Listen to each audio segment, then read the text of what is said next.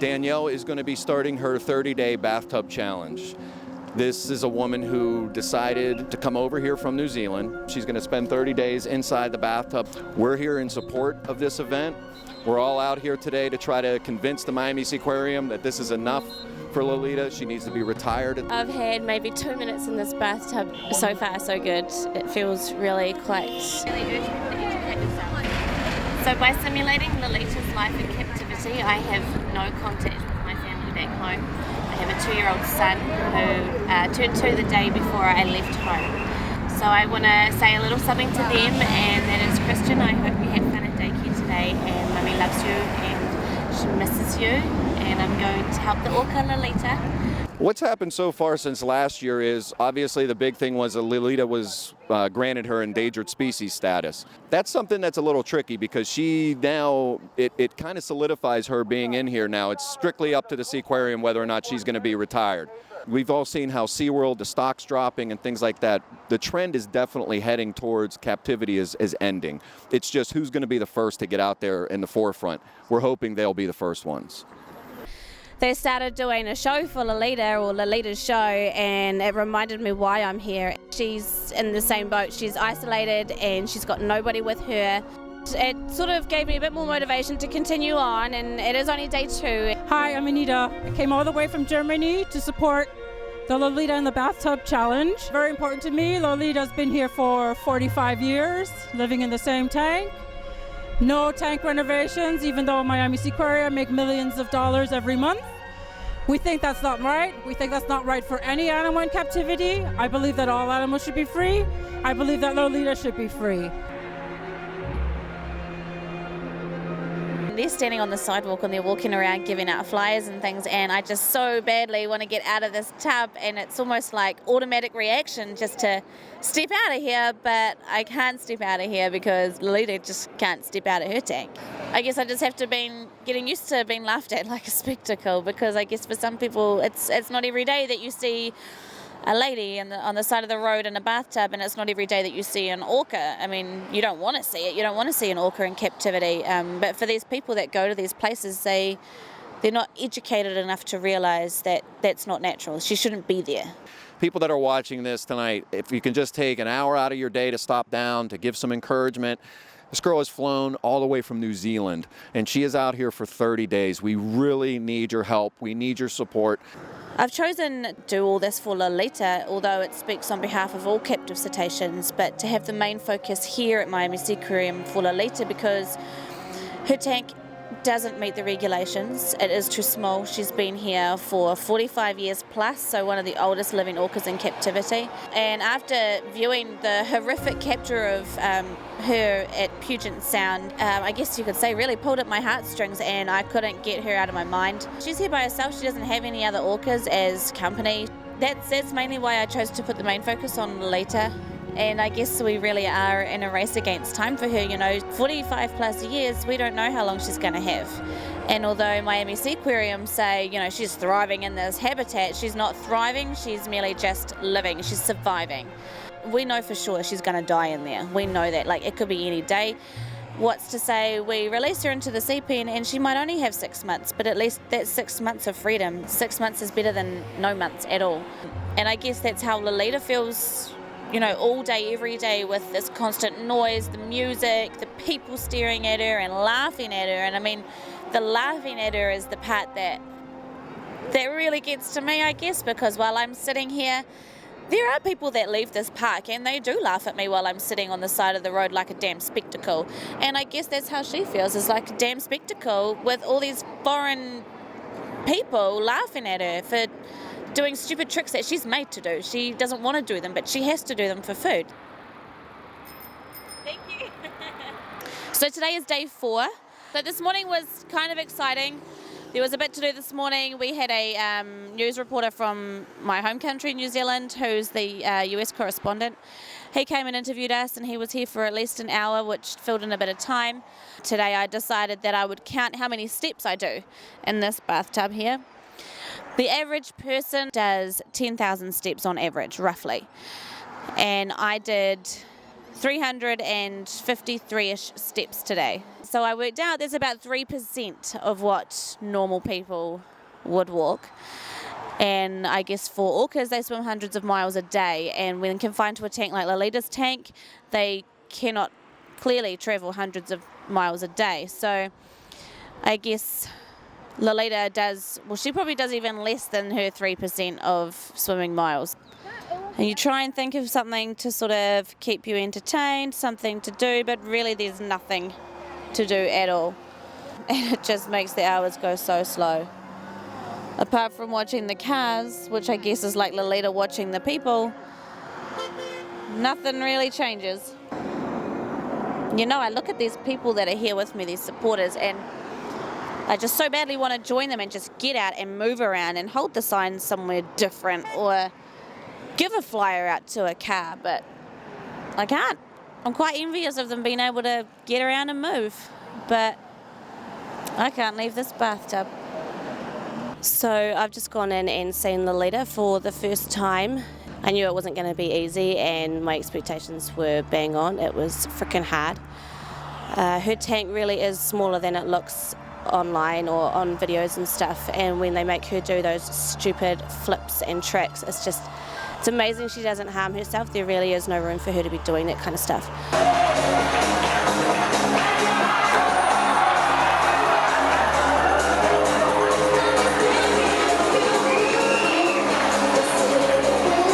All the propaganda that they're telling you about how this is all educational and how she couldn't be released to the wild because certain organisms would kill her, and it's better for the dolphins to be there because boats can injure them. It was kind of almost comical because it was just so ridiculous and so fake.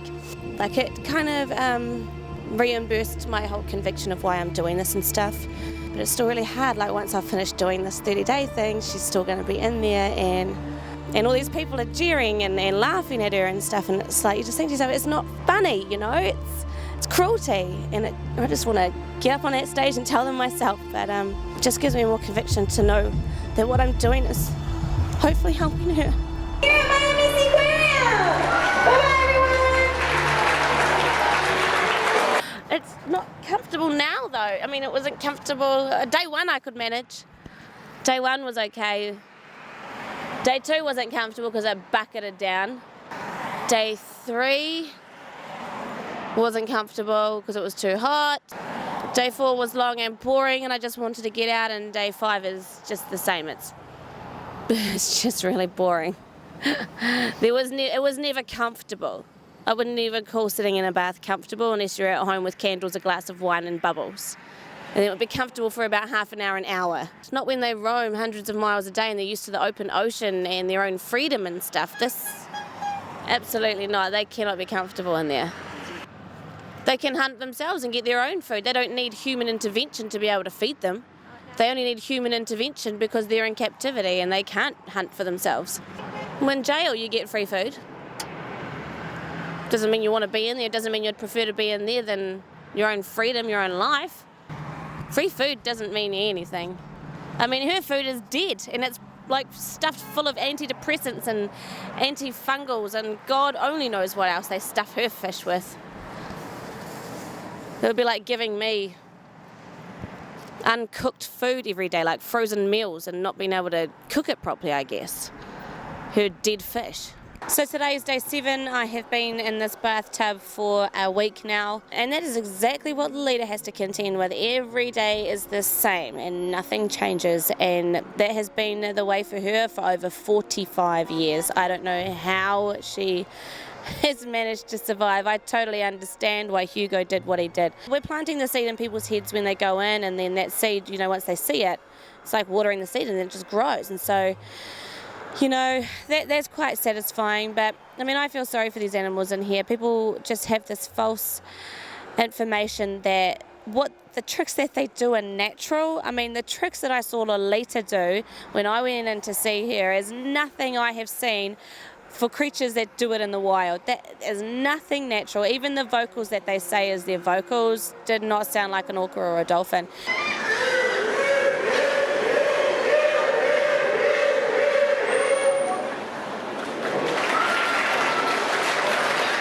The only reason these creatures do this is because they're starved into submission. Anything like that, it's all because they have to be fed. They're hungry, and that's the only reason they do it. It's, as I say, it's not education, it's not conservation, it's all about the profit. It's all about the money at the end of the day. Places like this do not care about their animals. They only want your money. That's why you don't visit these places.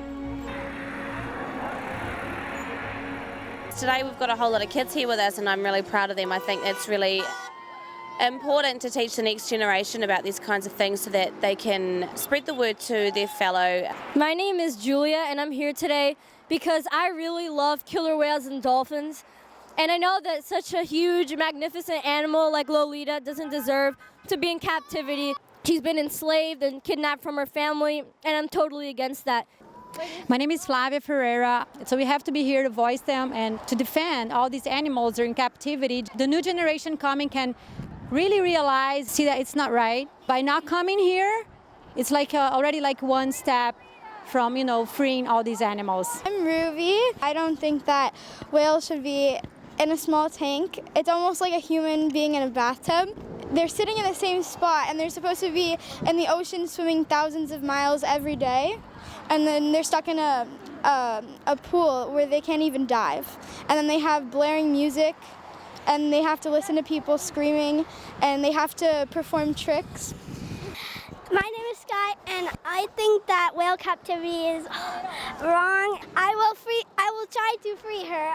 Hopefully we will get her to the ocean. Lolita specifically has a pod that they know is her family in the wild that she could be reunited with. And they have a formidable plan that would actually let her make the decision herself. I'm really proud of these mums today that have brought their kids out, because that's letting them express their activism towards this kind of stuff. And what I'm trying to teach my son is to be brave, to stand up for what you believe in, speak for those that can't speak for themselves, like these creatures in here. These mums that have come out and brought their kids here today, I really commend them. I think that's absolutely amazing. And as for the kids, they are really cool, and they're out there, they're yelling at the cars not to come in, they're handing out pamphlets. One little girl, Luna, she's 6.5, she is such a cutie, and she's handing out the pamphlets, and who can say no to a 6-year-old girl handing them a pamphlet? So Luna is the one that makes the mum come. It's so cool, and I'm really proud of that. And I hope that my son will be just like those little kids one day, doing what I do now. Today's day 9, and I've spent all day by myself, other than a few bystanders coming past, like bikers and things like that, stopping by. It's hard to sort of harden up when you're sitting here on the side of the road by yourself all day, and all you can do is think about, your family, and I hope they're all okay and stuff. So people think that it's a good thing that I get to get out of here at night, but yes, it's a good thing. But in a way, I just want to go straight to sleep so I can get on with another day and get another day down. That's today, a rather emotional day all by myself, thinking of my family and what I'm missing out on.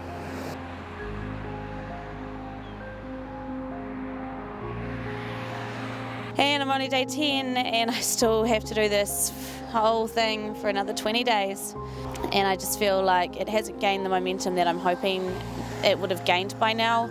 Well, I didn't realise it would be this hard so soon into it, and the time is really dragging. Honestly, as I say, it's just, what is the point of me being here? I'm missing out on so much at home. I could be doing so much with my family, but I have to keep doing it because I know that if I did leave early, then I would regret it.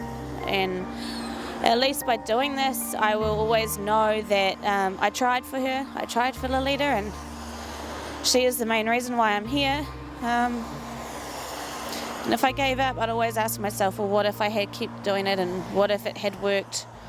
Whereas at least I know at the end of this if it did or not. So today has been day 11, so I'm over a third of the way into this thing now, and I'm really blessed that I know exactly how long I have here. Lolita, on the other hand, doesn't have that to look forward to, and for me, that I cannot imagine how that must feel for her. The only thing that is keeping me going is knowing that I have 19 days left here. Most people might not know this, but Lolita was only 4 years old when she was taken from her mother. I have 2 kids, love them dearly, and I know I would never want anything to happen to them, and especially I would never want anyone to take them, and I'm sure you would never want your kids taken from you either. This is part of why I come out here every Sunday to protest, to be part of the voiceless Lolita. I don't know what would happen to me if I didn't have my children, or my children were taken away from me in the horrible way that Lolita was stolen from her mother, from her pod.